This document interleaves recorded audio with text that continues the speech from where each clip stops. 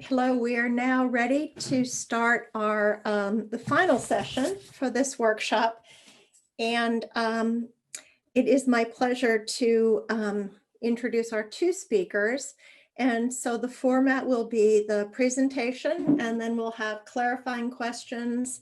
And then at the end, we will open up for discussion. So our first presenter is Thore Sören Bischoff from the University of Goettingen. Okay, is that all right? Talking about regional differences in trust among people and the impact on firm innovation in Germany.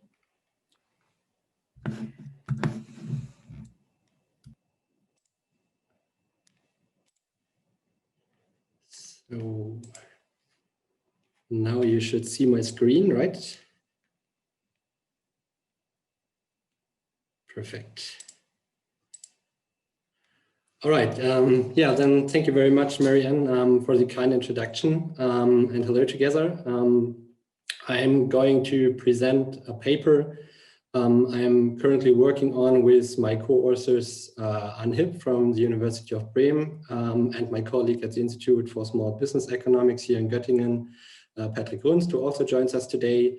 And the paper has the title Regional Differences in Trust Among People and its Impact on Firm Innovation in Germany. And our work is still in its early phase, so we are very happy for any feedback you might have for us.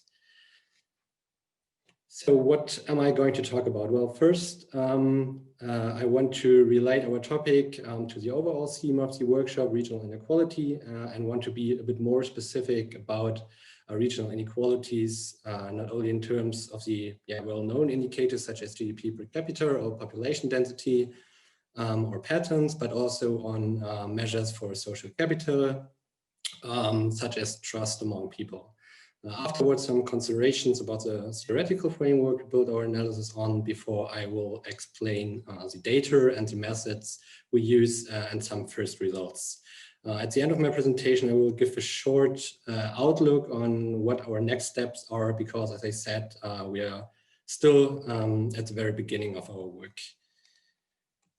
So regional inequalities in Germany. Well, first I have a map that shows the patterns of regional inequalities in Germany quite well. Here you see GDP per capita on the level of the German spatial planning regions, which is a level that is somewhere between NUTS2 and NUTS3 regions.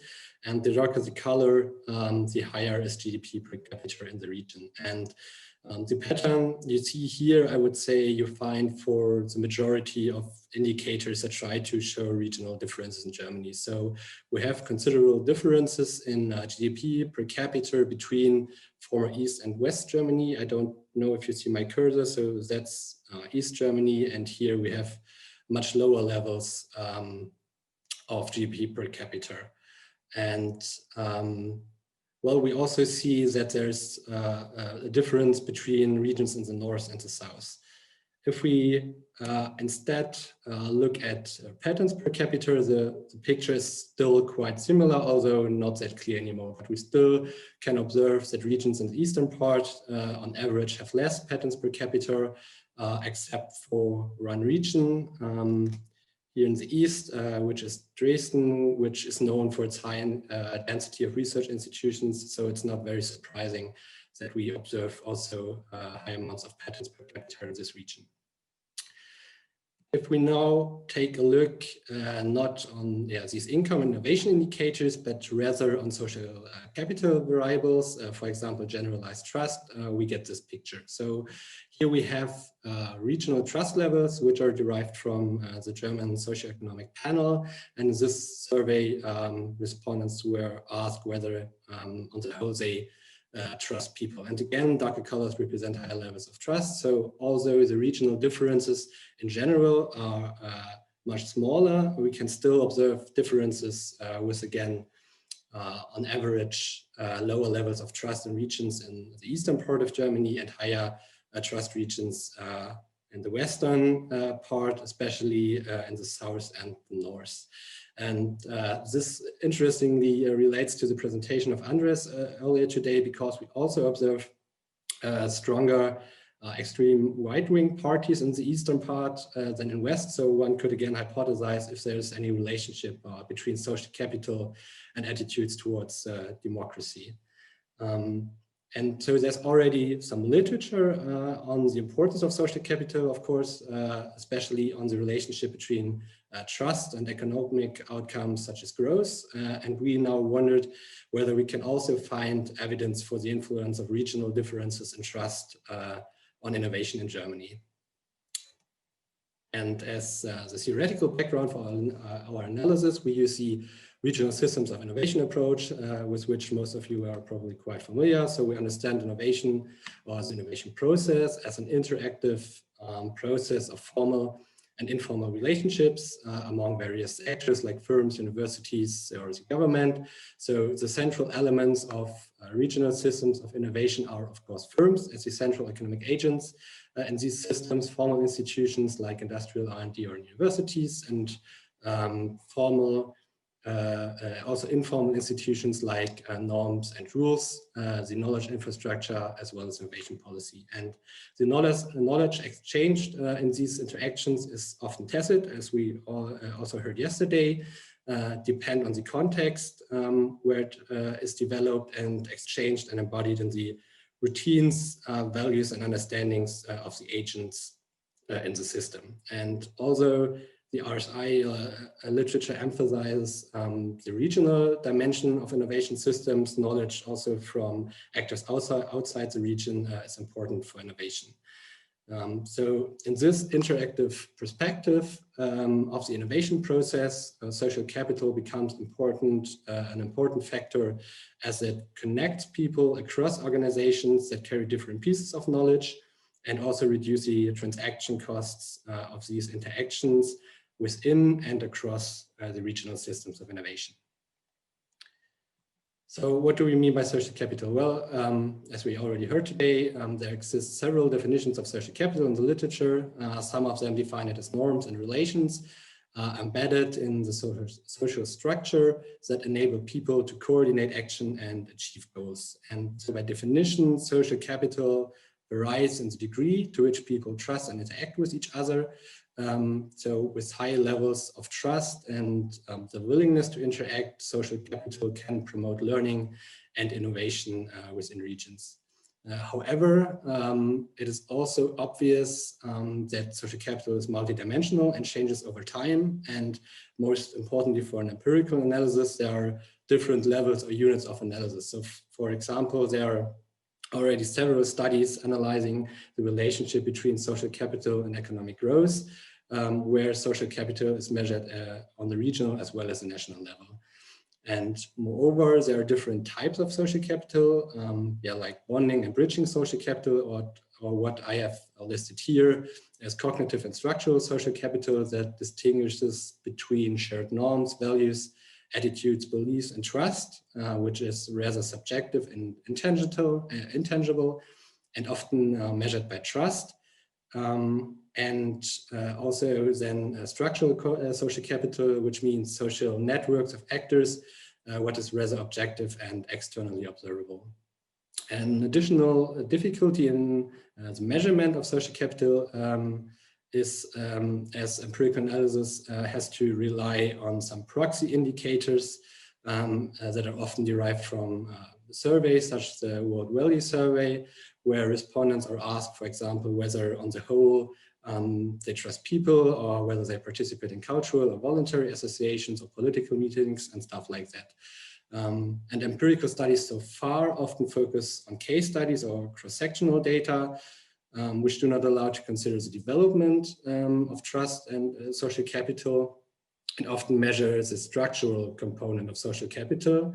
And in addition, many studies focus on rather tangible forms of knowledge, such as patterns, rather than other innovation indicators, and perform single-level models. So where we want to focus on is especially the trust component of social capital, so the cognitive form of social capital. And we measure innovation not by patterns, but rather by survey responses, and use longitudinal data to perform a multi-level analysis.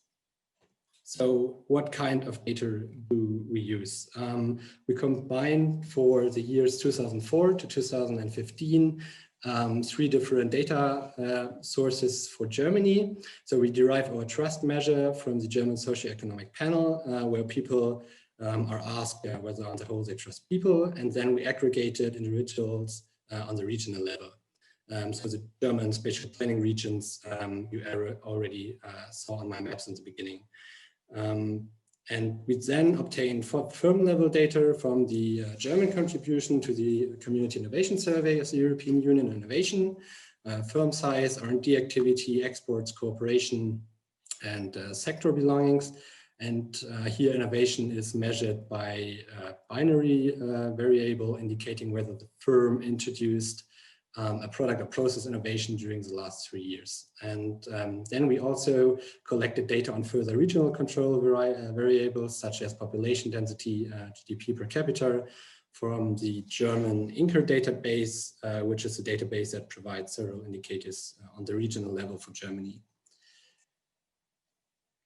So our starting point of our analysis is in line with the regional innovation systems literature, that innovation depend not only on firm level characteristics, but also on the regional environment in which firms operate. So innovation seems to be a multi-level phenomenon where firms within one region are likely to be more similar compared to regions outside, to firms outside the regions, which means that in empirical analysis, residuals would not be independent, and performing a single level analysis could lead to biased results. So what we apply is a multi-level approach using longitudinal data. And with longitudinal data, we now have 3 levels in our analysis. So we have years as our level 1, which are nested in firms, as our level 2, which are again nested within regions. So what this approach basically does is taking the level 1 model and assuming that the intercept and the slopes vary across firms and across regions,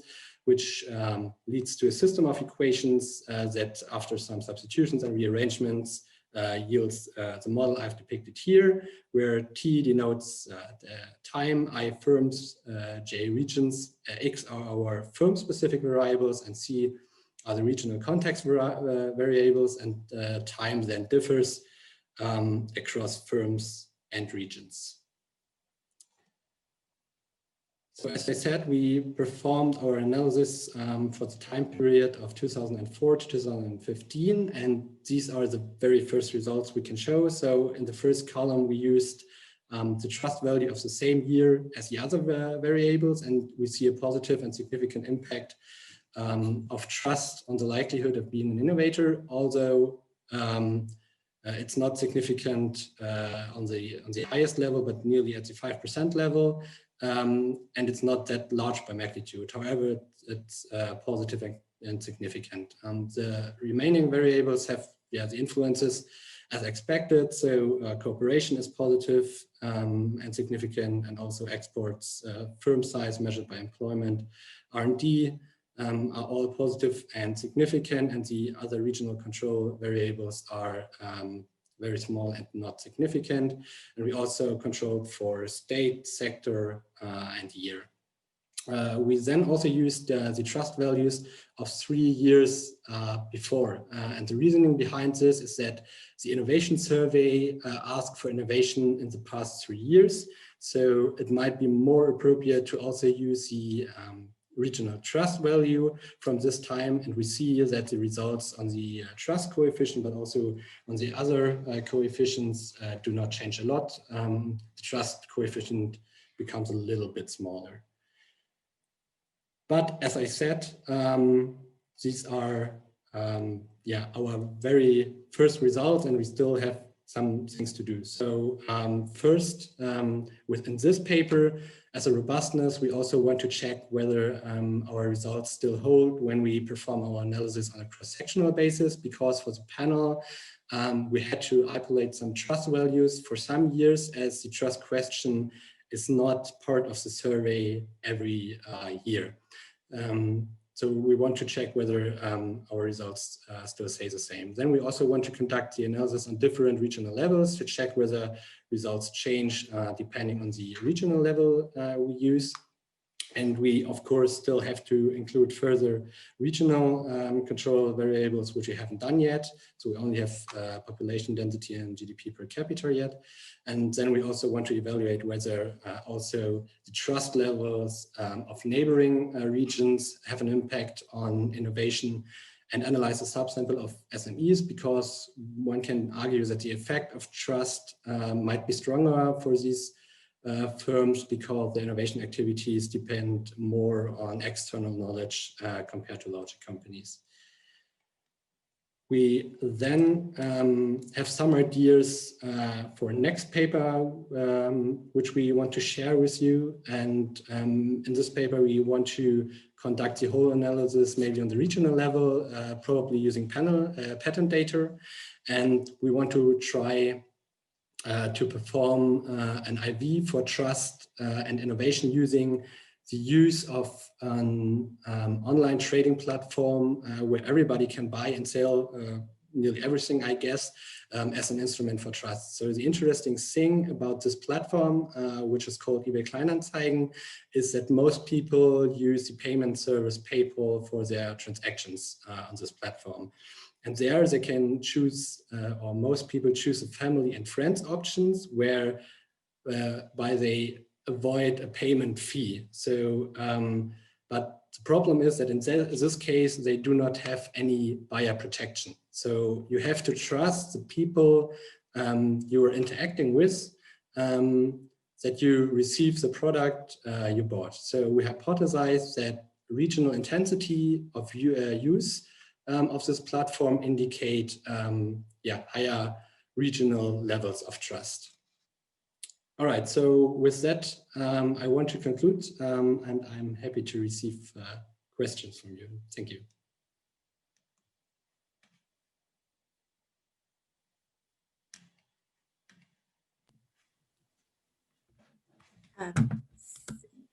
Very nice, very interesting analysis. And so as you mentioned, you just have a cross-section and data are not uniformly collected on this. And I wonder if there might be another way, now that you know something about trust, to perhaps make an inference about another variable you might use to capture trust. And let me just go through, you know, it's interesting to me that when you showed trust and then you looked at it 3 years later, that trust decays over time, right? The coefficient changed. It may not be statistically significant, but I thought that, you know, that was a sort of interesting artifact that just caught my eye. And, you know, Torben had the idea that you could expand the study to look across European regions, and that might, you know, be very interesting. Then I thought also that you had an opportunity to look at the relationship between trust and income inequality. Let me just also add a sort of personal note here, which is that as we've been having our session, I've been getting, my phone's been blowing up because we have an incident with an armed individual on campus, and it turns out very close to my house, which made all my neighbors go crazy. And subsequently, now it seems like things are under control. But I apologize because I was a little bit distracted by this sort of very odd news. Any other questions, please put them in. We have our Q&A, and then also many people are using the chat session. But Thor, let me ask you to please respond to my comments.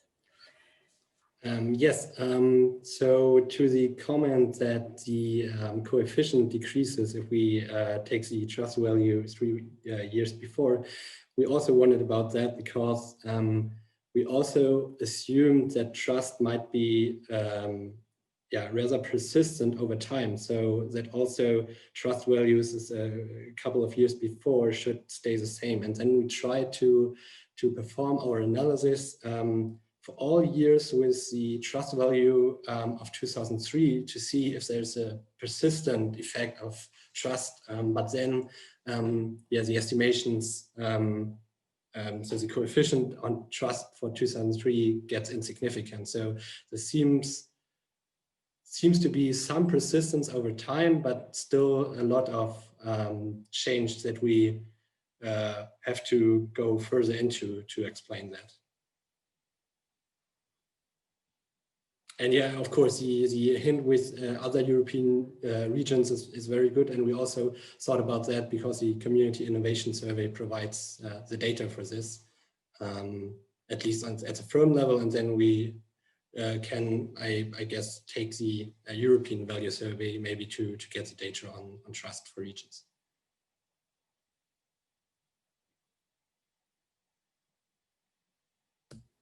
Very good. Other questions from the panel? Excuse me, I'm a little shaken up. Our next presenter is Olav Sorenson, and his paper is called the Silicon Valley Syndrome. Great, thank you, Marianne. Let me see if I can share my screen. All right, trying the new innovation. So the keynote update that came out from Apple just this week allows you now to do full screen sort of presentations within a Zoom window. So hopefully it will work without problem. So I'd like to first call out that my co-author on this, Doris Kwon, is a PhD student at Yale, and this is actually her first year paper that we collaborated on, and she's an excellent student. She's actually, some of the work that she's been doing now touches on the topic of the previous panel, thinking about kind of AI and how that might be changing the skills of various jobs. But in terms of kind of moving into this paper, I've been interested in a long time in thinking about kind of Silicon Valley, not just Silicon Valley, but other sort of regions that have been doing very well. But certainly Silicon Valley has been a big motivator behind a lot of my research. I went to graduate school at Stanford in the mid 1990s, just as the time that it seemed like Silicon Valley really was beginning its boom, and I think that that's been a long-lasting interest. And one of the things that I've done some research on, and this will connect directly to the analysis we're doing in this paper, is thinking about the role that venture capital might play, or the availability of risk capital in making Silicon Valley different. And there's a lot of reasons why we might think that venture capital is important, or at least an important component of the story. If we look at the distribution, this is sort of 2016 data, but the fact of the matter is that these data do not change much from year to year. On almost any year, if we looked at the last 30 years, you'd see that roughly 50% of all venture capital dollars in the United States are going to Silicon Valley. The next kind of biggest recipients are New York City and Boston, but they're way behind Silicon Valley in terms of the amount of funding that they're getting. So, there really does seem to be something different about Silicon Valley. And it's not just, at the level of the United States, we could think about this kind of internationally as well. So, if we looked at kind of venture capital dollars per capita, Silicon Valley is just on a completely different, order, really almost an order of magnitude different from the next best funded countries, which would be Israel and Sweden on a per capita basis, at least a couple of years ago. I haven't updated these numbers, but again, these tend to be pretty stable. So I would assume that they were probably the same for 2019 as well.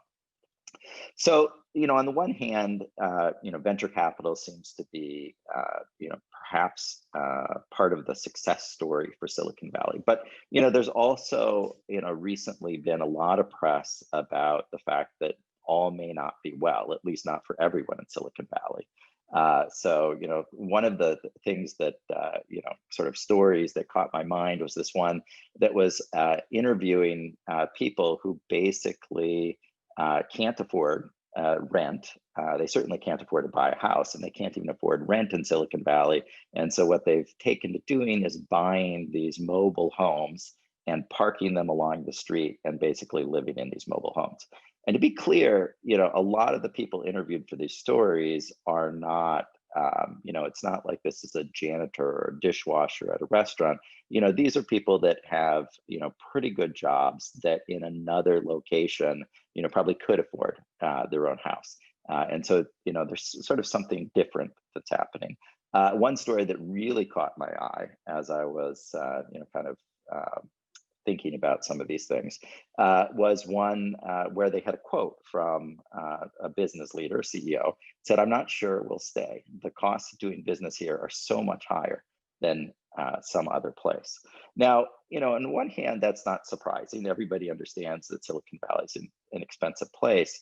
But what was surprising about this was who said it. So this was Charles Schwab.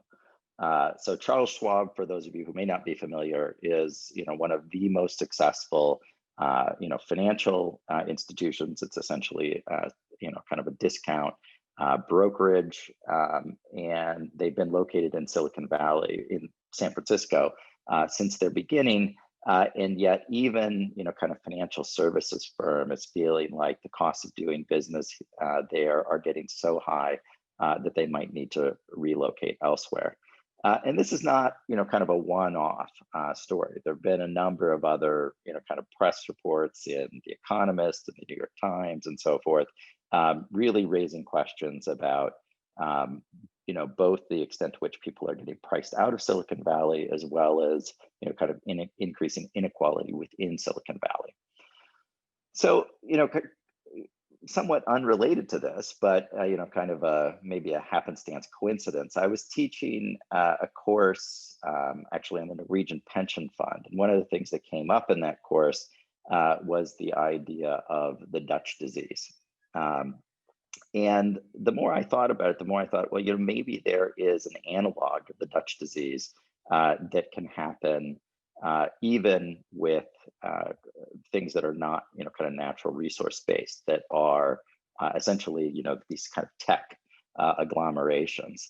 So just to kind of recap, the Dutch disease was a term actually originally coined by The Economist to basically describe what had happened to the economy of the Netherlands in the 1960s and 1970s. So in the 1960s, petroleum was discovered in the North Sea. That led to a boom in the natural resource sector for the Netherlands. But associated with that boom in the natural resource sector was a decline in manufacturing. And so, on the one hand, there was a lot of exporting of oil and other types of petroleum products, but it was almost matched by the decline in manufacturing, which had been a strength of the Dutch economy prior to the discovery of oil.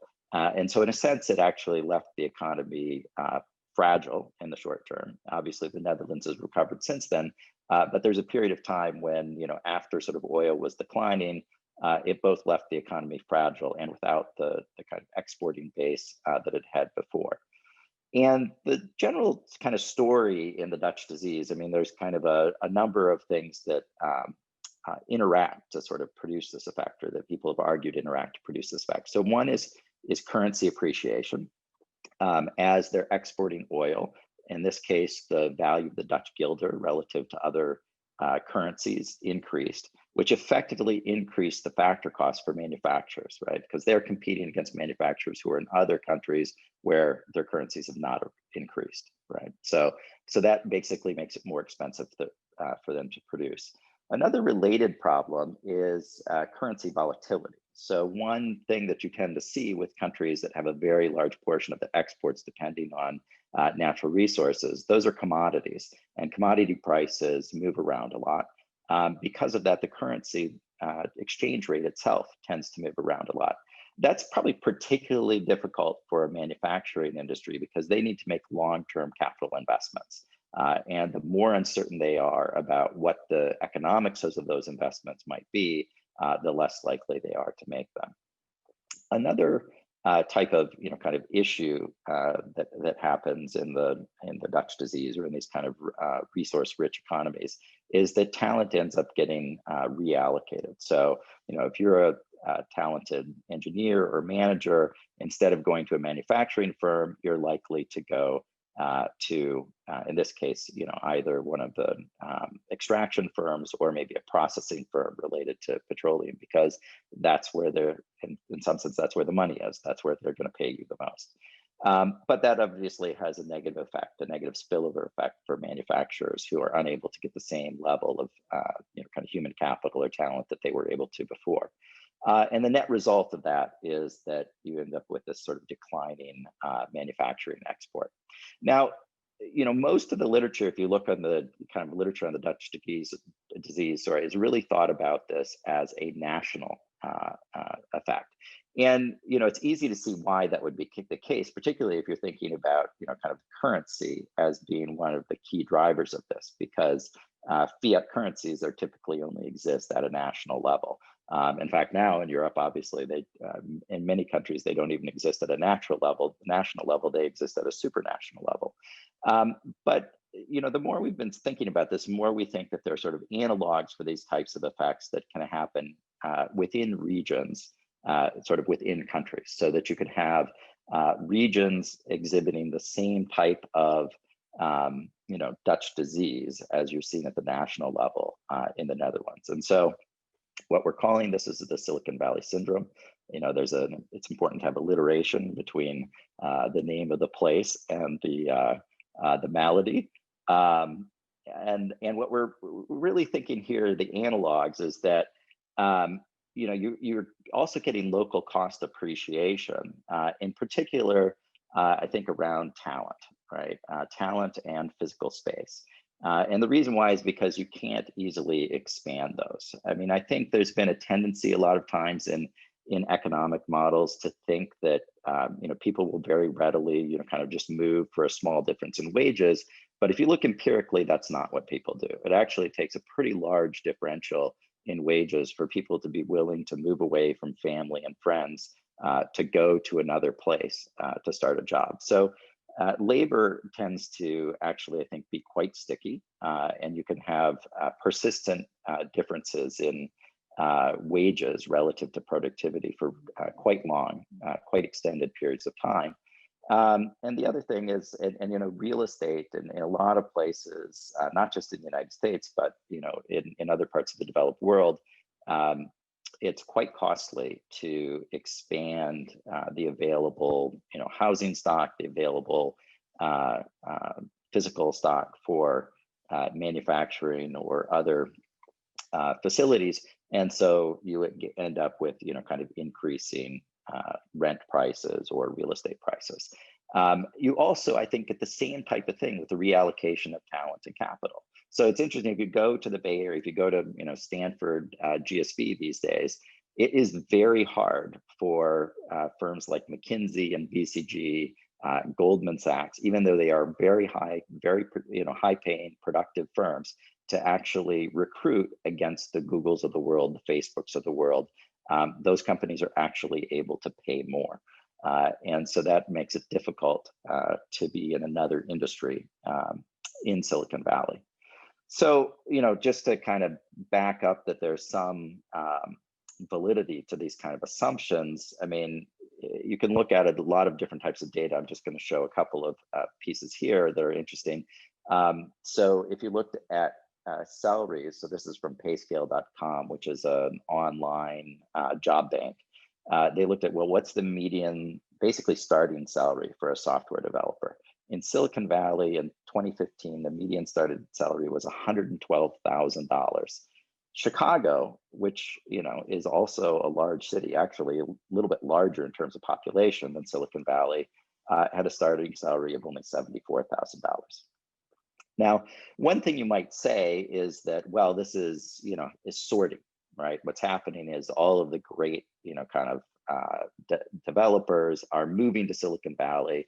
And so what we're seeing here, there might be differences in the nominal salaries, but if we were thinking about what they're actually paid relative to their productivity, it's relatively equivalent.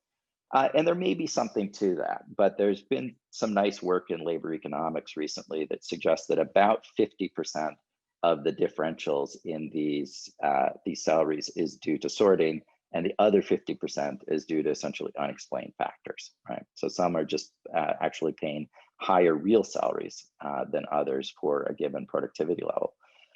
It's also hard to explain how these kind of salary differences might spill over to other types of jobs. So it's really interesting to look at what are the top paid occupations in different areas. So if you look at the top paid occupations in San Francisco and you compare it to Chicago, it's really interesting that some of the top paid occupations are things that are essentially local services, right? So a dentist in Silicon Valley can earn almost $200,000 a year on average. It's a lot more. Dentists in Chicago on average earn less than $120,000. Now, again, there could be some differences in productivity, but it's hard to believe that the average dentist in Silicon Valley is 50% more productive than the average dentist in Chicago. It seems much more likely that what's happening here is that there's some differences in supply and demand. There's not really enough dentists in the Bay Area to serve all of the potential local customers. And so they're able to charge more for their services. But all of this increases the cost of living in San Francisco and doing business in San Francisco. This is kind of an interesting one. So this is a house. If we were doing this live, I would ask for guesses on exactly what the cost of this house was. Now, it might look like it, but this property was not actually condemned. It just doesn't look very good. It's about 1,200 square feet or 120 square meters. It's located, the key thing to know is it's located in Palo Alto. So this sold within the last year. What did it sell for?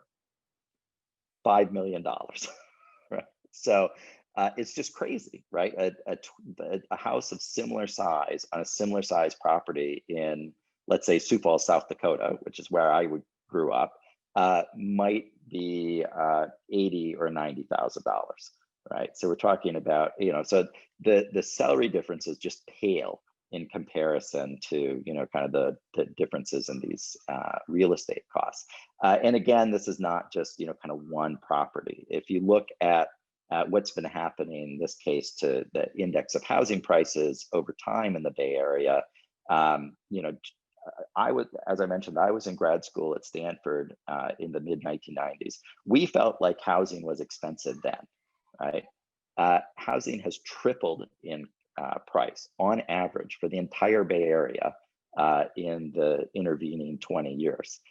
So, this is really a pretty large differential. So, then if we're sort of thinking about, well, what's happening in the Silicon Valley syndrome? Well, we're seeing this local cost appreciation, right? We're seeing it particularly in the cost of labor. We're seeing it in the cost of services. We're seeing it in the cost of real estate. We're probably seeing a reallocation of talent, shifting away from both manufacturing. But I think the other thing that's important here is when we're kind of developing this, we're thinking, it's important to realize that it's not just manufacturing these days that accounts for a lot of the wealth of regions. It's also tradable services. So, something like a consulting business or a large auditing business can easily be located in a city and yet serving customers, if not around the country, maybe even around the world. So those are also important sources of sort of wealth or income for a region. But we're getting a reallocation of talent away from those industries into, in this case, the tech industry. And I think that we're seeing, so what we're probably likely to see then is a decline in some of these kind of VC-backed, non-tech parts of the tradable sector. I think we're not sure about is what the effect might be in the non-tradable sector, so local services in particular. And the reason why it could go both ways, in a sense, is that on the one hand, if you have an influx of wealth, you have all of these people working for tech companies who are now earning a lot of money, they may want to spend more on restaurants and other types of local services. That actually could have a beneficial spillover to those local services. On the other hand, there may be it may be that the costs of doing business in these areas are just crowding out the possibility of supplying them at all. There were a couple of interesting stories in the San Francisco Chronicle a couple of years ago about how even high-end restaurants in Silicon Valley were finding it impossible to price at a level where they could basically pay for their rent. And these were restaurants that were charging in excess of $100 per person per meal. It was just sort of too expensive for them to operate. So that's kind of the background in terms of what we're thinking about here. In terms of kind of empirically, what are we going to do? Well, as I mentioned, kind of venture capital, I think, is an important part of the story. We're going to focus here on the effects of venture capital on local economies. And one of the reasons we think venture capital is a useful way to think about this, instead of, say, just looking at maybe the number of businesses or the scale of the tech sector in a local region, is that to a certain extent, we think that the venture capital investments are sort of plausibly exogenous. And there's two reasons why we think that could be true.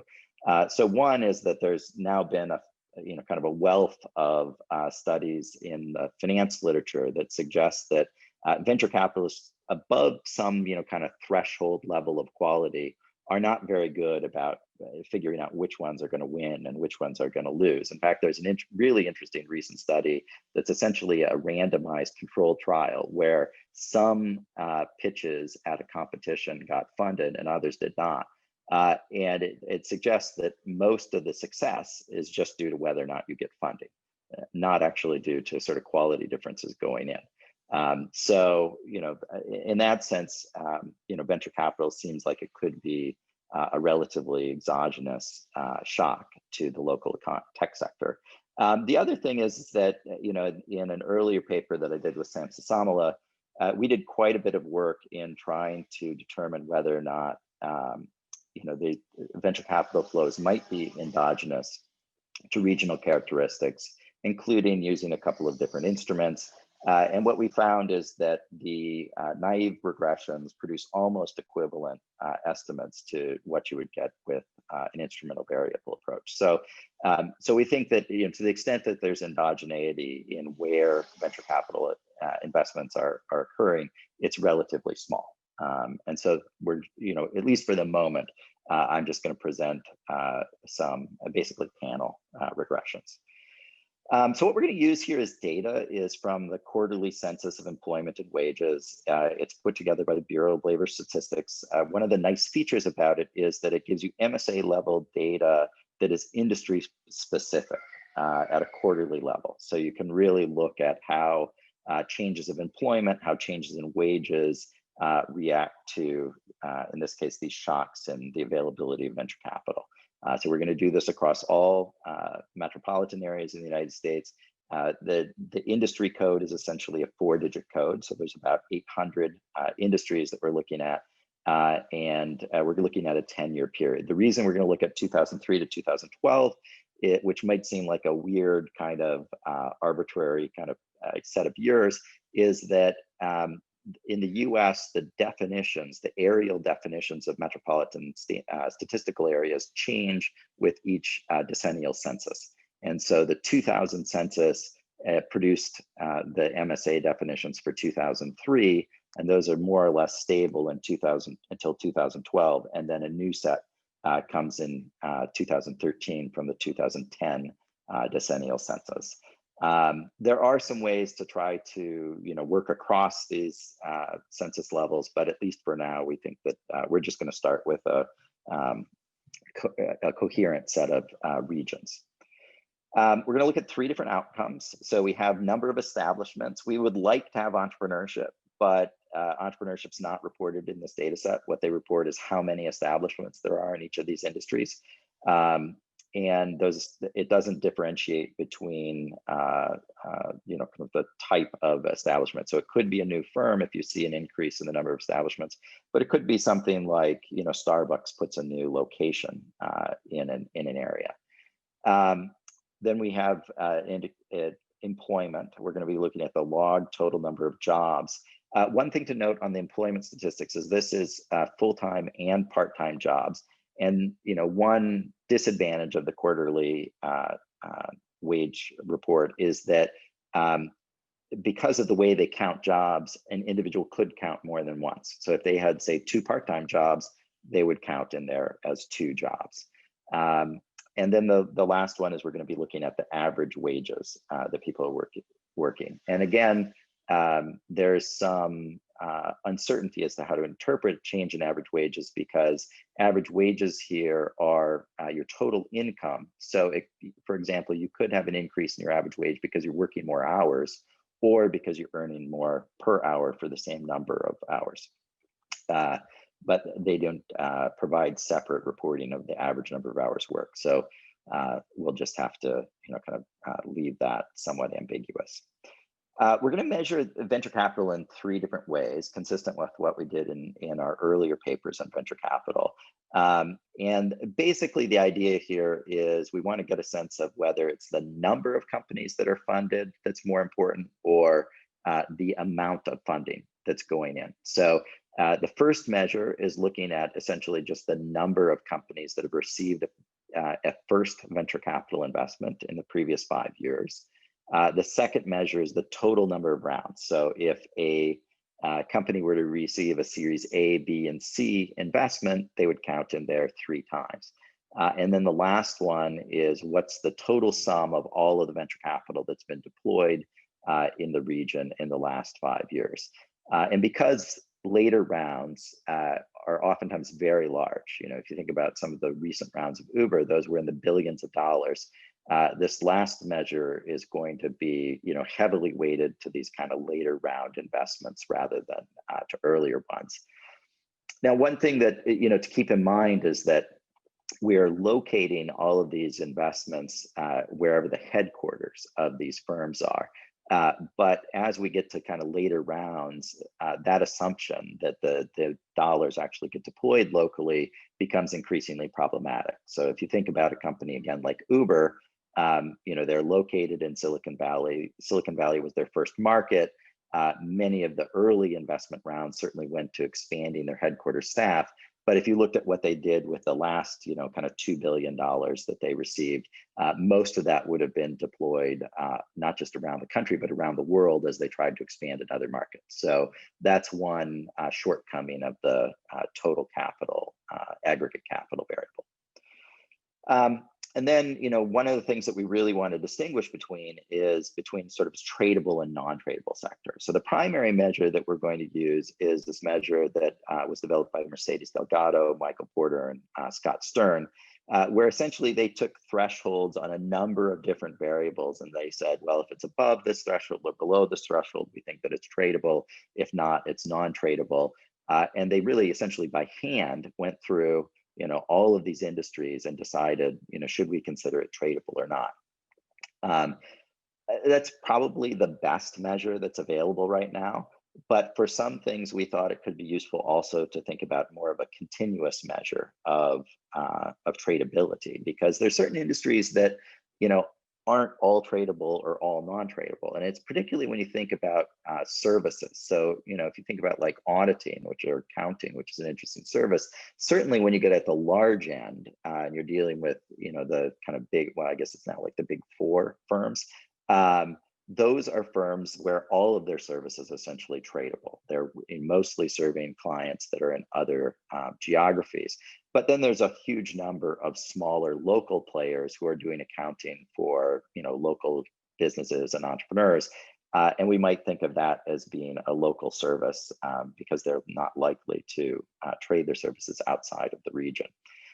So to kind of get at this idea, we're going to use the tile.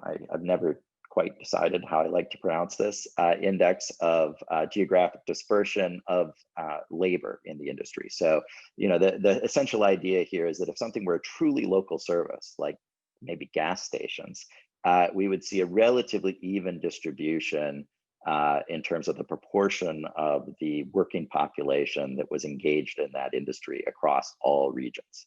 But as things get more and more concentrated, they're more likely to be something that's being traded to other regions.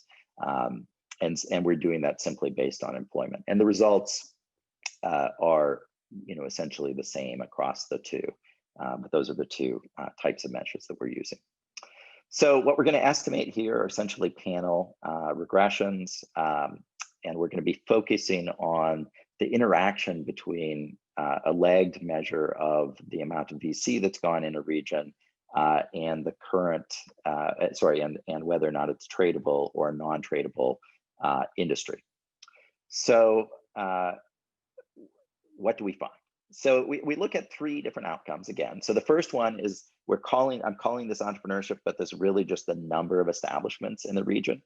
And what we see is, in some sense, exactly what we would expect on the effect on the tradable sector. So we have three different groups here: tradable, non-VC backed industries. So that's a combination of manufacturing and also tradable services that just don't have typically get VC backing.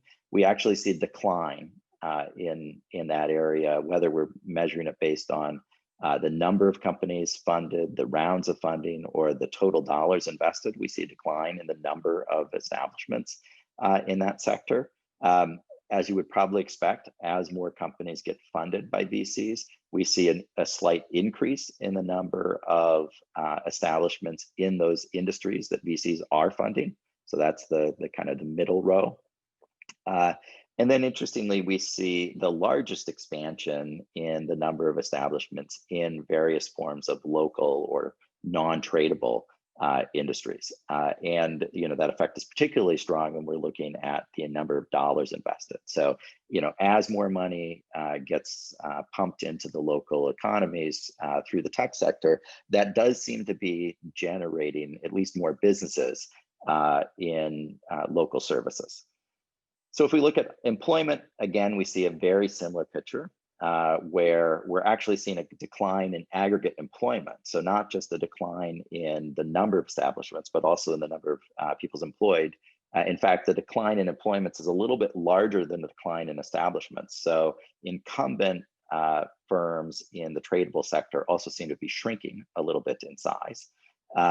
We're seeing an even larger increase in employment in the tradable sectors that VCs are funding. That's not surprising because these dollars are going to hire people in these companies. And again, we see a large, about the same size effect of venture capital on increases employment in the local sector or the non-tradable sector.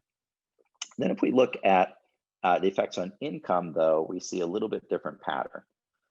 So we see a decline in wages in the tradable sector. Now that should surprise you. And the reason it should surprise you is because you should be thinking, well, if VCs, if these tech companies are paying more to kind of take people away from places like McKinsey, shouldn't those places be paying more to try to retain employees? They may be. One of the things that's happening, we think here, is that there's a change in a type of composition effect. So in a subsequent paper, actually Doris's second year paper, she used a different data set to look at who was switching industries in these agglomerations. So what she found is that it's actually those people that were sort of at the top end of the wage distribution in the industries that they were coming from that were shifting into the tech sector. So you could think that who is the tech sector stealing away? It's not like the, kind of the associates or the, kind of the middle level consultants. It's partners. It's people that, kind of are near the top of the hierarchy.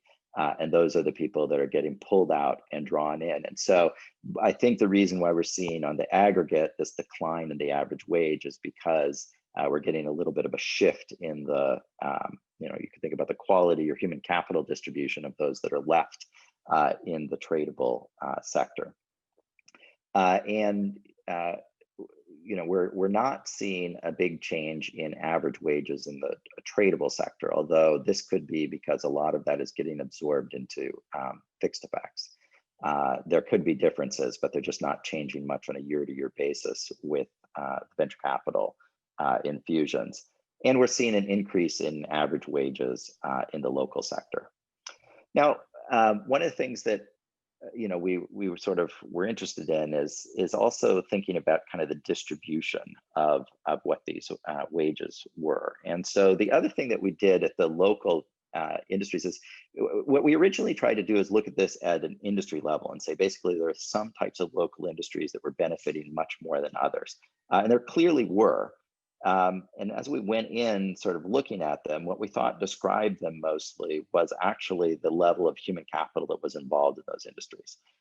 So we tried basically splitting them in a different way. What we did is we split the non-traded sector into quartiles. So we said, what is the average wage in an industry? So, the highest wage are things like dentists, medical practitioners, financial planners.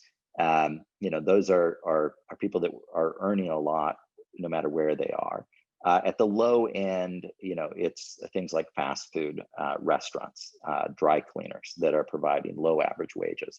And we had said essentially, are there differential effects on this infusion of venture capital depending on which type of local industry we're looking at? And what you see is a pretty consistent gradient where most of the returns, most of the benefits, kind of spillover benefits in the local service sector are happening at the parts of the service sector that were already high wage, right? So you're getting an expansion in the number of jobs, mostly in the top quartile, although there's a little across the whole range. And particularly the increase in the average wages is heavily concentrated in the top, quartile to maybe tertile of the distribution. In fact, when you get lower down, there's no evidence that those sort of below the median are benefiting from any of the spillover and demand from the tech sector. It's kind of speculation, but we think what's happening is that it's much harder to get expansion in the supply of some of these types of jobs, services that are at the top end. So, it's going to be hard to get anyone, to some extent to move to Silicon Valley for a job. But it's going to be really hard to get somebody who's an established dentist in another area to move, right? I mean, they have a client base, they're heavily embedded in a community. Even if they think that they could earn more, they probably expect that it would take, some time, maybe even on the order of years before they would, kind of reach the same level as they are in their current practice. And so, it's just unlikely that many people are going to try to take advantage of that, except maybe for people who are first entering the industry, right? If you're sort of starting out and you don't have an established practice, then you might really be thinking, well, where are the places that have the most unserved customers? But that's going to be a slower, shift in the supply than you would get if you also had established people moving. Overall, we think this is kind of an interesting result that I don't think was you really saw in the literature on the Dutch disease. What it suggests is that increases in inequality in the in this case in the tradable sector. So inequality is effectively increasing the tradable sector because the tech firms are paying substantially more, propagates into increased inequality in the non-traded sector. And so it's overall increasing regional income inequality.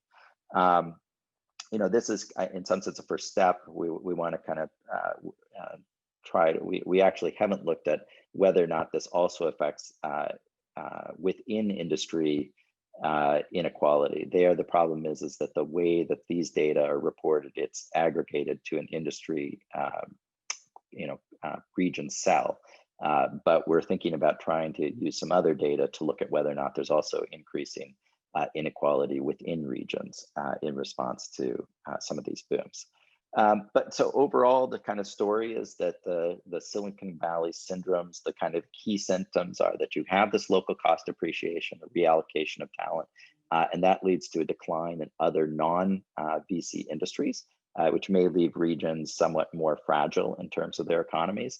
And it also leads, interestingly, to this increased inequality in the non-tradable sector, which has often been thought of as being more of a equalizing element in many places. And this is actually not as nice as the graph that Andre showed earlier, But one of the things that's notable is that if you look at income inequality calculated, in this case at an MSA level, or the graph that was shown earlier was at a county level, many of the highest inequality in regions are actually the ones where where you have these strong tech sectors. And I think it's really creating, even within region, a world of kind of winners and losers. So with that, I will close and turn the floor back over to Marianne. Great.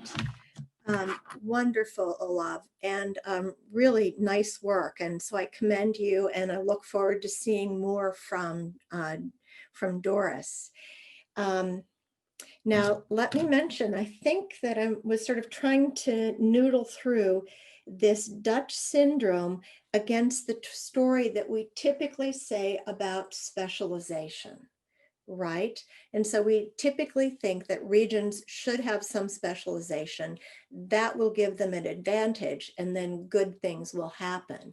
And I think that what you're showing is that this specialization, high degree of specialization, will crowd out other activities and then have adverse effects on local economies, and specifically on low-wage workers in non-traded sectors. And so I think this is a really neat story. And I think also that as we talk about specialization, the literature is not really addressed. When is too much specialization bad for a region? And I believe that your work is shedding some light on that. Also, we had this great discussion about the future of cities, and will places like Silicon Valley continue to grow? And I think, as I was listening to you, I would say no, that your results show they become vulnerable due to this sort of degree of specialization, coupled with growing income inequality. I want to just caution you, a couple of things is, your data on mean salaries, right? What we know is that for these tech workers, they're really skewed distributions. And so that's lost when you look at the mean. And so I wondered, there might be something to look at there, like a coefficient of variation. So we know, doctors earn a lot, but, that doesn't really tell us much about the sort of top wage earners. And so I wondered if there was another way, but, just to illuminate that. It's also interesting that you find that when people change jobs, and I guess this is using like the census data, right, that allows you to look at worker mobility, that it is really the management skills that are transferable, right, and not the other types of skills. And so that really suggests occupational segregation, which is a sort of very bad kind of societal outcome. And so I love the fact, I do believe that venture capital investment is exogenous. And so I liked, your sort of citations on that. And I think that, that this is a very interesting piece that demonstrates the need for us to reconsider the Silicon Valley model that we've sort of proffered to most entrepreneurial startups, right? That you've got to follow this model, which is that you get venture capital financing and then good things will happen. And I think your evidence says, well, maybe not. And let's see, if you could maybe talk a little bit more about what you see as the policy implications, because your results are pretty, I think you've looked at, for our purposes, some of the structural reasons why we're seeing this income inequality. And now the next question, maybe this is the next workshop, is so what? Yeah, so you actually had a lot of things to react to there, but let me try to react to a couple of different things, not just the policy question. So so I think you're right. I think that, we're, there does seem to be a level of specialization in some sense that's too much. And, it's not just about Silicon Valley, probably. I mean, Yes. I'm reminded of, the late Steve Klepper's, fantastic work on Detroit.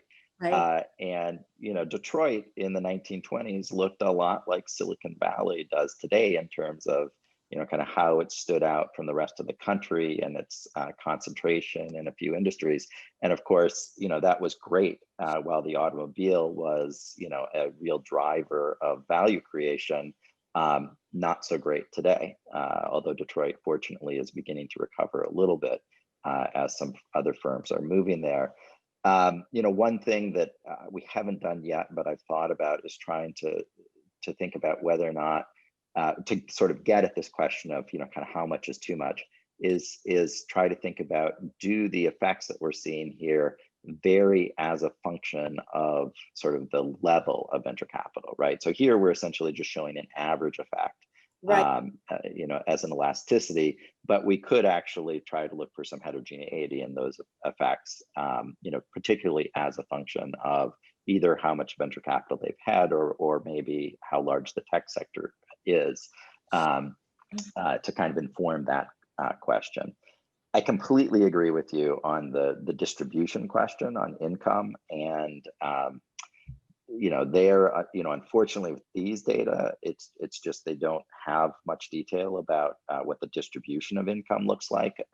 But Doris and I have been looking at some other data sources that might allow us to kind of get at the distribution issue.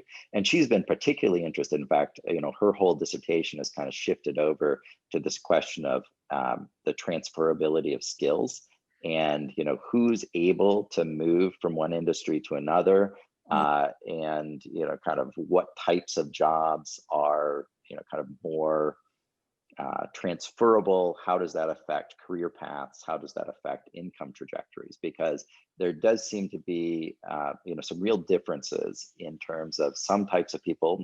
A lot of general managers can easily move from one industry to another, but even highly skilled jobs, in say, okay, we've got somebody who's Zoom bombing us. Is even highly skilled managers, employees in things like certain areas of development, may not have very transferable skills, right? They're highly specific to the industry or the application that they're working in. In terms of the policy, I mean, I do feel like some of the policy implications are maybe revisiting some things like land use regulation, but also things like minimum wage, right? In terms of one of the difficulties is you're sort of not getting a natural spillover to all of the people in the region through just kind of unregulated wages. So maybe there needs to be some more policy intervention that's around distributing some of the gains, because unfortunately, I wasn't able to join your presentation because I was delivering another seminar yesterday. But I read your paper, and I think one of the things that you highlight in there, which is really important, is that the numbers of employees in these tech firms that are creating a tremendous amount of value is very small relative to what we used to see in the past, and so the gains are incredibly concentrated. In this just sort of natural state of the world. Mm-hmm. Right. There's another question which has come up from Scott Langford, which is, sort of, have you considered looking at spillovers between sort of central core areas for employment? I mean, the interesting thing about the Silicon Valley story is that's really not like a central city, but the outlying areas. So that is an interesting question. I actually don't know. I actually have to go back and check to see whether we could do that, because I'm not sure if we have the county level information that is also split out at the industry level, the same way in this quarterly census splits out industry and industry and MSA. But if it is available at the county level, certainly we could think about doing that. Yeah, I think that's an interesting idea. Great, very good. And let's see, Thor, may I ask you to think about some of the policy implications of your work? I mean, how do we increase trust? That's a very good question. So, I mean, what we also find is that there's a lot of, there's a big impact of cooperation on innovation. So maybe we can provide a little bit more of cooperation funds to increase the interaction between the stakeholders that are involved in innovation processes, so that through this interaction they can evolve higher levels of trust. But of course, as you said, it's very difficult to say let's increase trust. So it's a long-term process. It's to some extent persistent over time, so it's very difficult to support it directly. Yeah. So let me ask, are there any other comments or questions? I'm going to move to conclude. Let me just mention, this has been interesting in that yesterday we had the tail end of the hurricane in North Carolina, so I lost power during the session. And then today we had an active shooter on my campus, and now we have a Zoom bomber. It has been eventful. I want to thank you all for joining this workshop. And I just really think this has been great. I've learned a lot and gotten a lot of great ideas. I want to say that all of these presentations will be posted online, and also we'll send out an email to everyone to let you know that. We're also going to do conference proceedings, and so that will also be available. And then I would like to reconvene this group again. So something that we can do at the Keenan Institute is we have resources to convene workshops. I would sort of like to organize this around the idea of, are we going to see the distribution of innovative and economic activity more broadly continue to concentrate in the largest cities, or are we going to see more dispersion as places like Silicon Valley have become unaffordable, and we're sort of up against maybe the limits of sustainability. So I think this is something that divides people in the literature, where some people definitely feel that cities are our greatest innovation, and others who think that we perhaps need to change the landscape. And so stay tuned and appreciate any ideas you have for future seminars. There is the possibility of developing a special issue. And so that is something that we will sort of follow up on also. And I just want to thank everyone for participating and continuing in these discussions. Keep up the good work.